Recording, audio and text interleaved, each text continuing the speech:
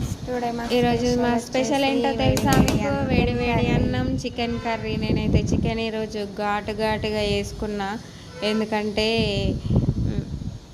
ఎవరైతే అస్సలు టేస్ట్ వస్తలేదు. ఈ జ్వరం వచ్చిన నుంచి వెళ్ళి ఏం తినాలో ఏం అర్థమవుతలేదు. ఊరికే వండుంటేనేమో ఇంట్లో కోపానికి వస్తున్నారు. అసలు ఏం వండుడో ఏమో, ఇది ఏందో మరి అని అర్థమవుతలేదు. ఇక నేనైతే ఇవాళ గట్టిగా తిందామని ఫిక్స్ అయినా. ఇక నేను మంచిగా చికెన్ తెప్పించుకొని మంచిగా స్పైసీగా వేసిన, కారం వేసిన, మస్తు ఇక ఘాట్ అంటే ఇక దెబ్బ గుండెలా కొట్టింది. మస్తు అనిపించింది నాకైతే. ఇక తిన్నా కొద్దీ కొంచెం అయితే తినబుద్ధి అయింది, కానీ మరి బాగా తింటే సిచ్యువేషన్ ఎట్లుంటుందో అని కొంచెం అయితే తక్కువనే తిన్నా.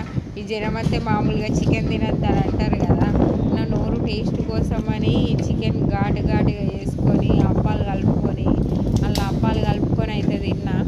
ఇక టేస్ట్ అయితే మస్తు అనిపించింది. ఇక చూడుర్రి ఎంత మంచిగా ఉన్నదో. ఇక మస్తు అనిపించింది. ఇవాళనైతే నాకు ఇక తిన్నా కొద్ది అయితే తినబుద్ధి అయింది, కానీ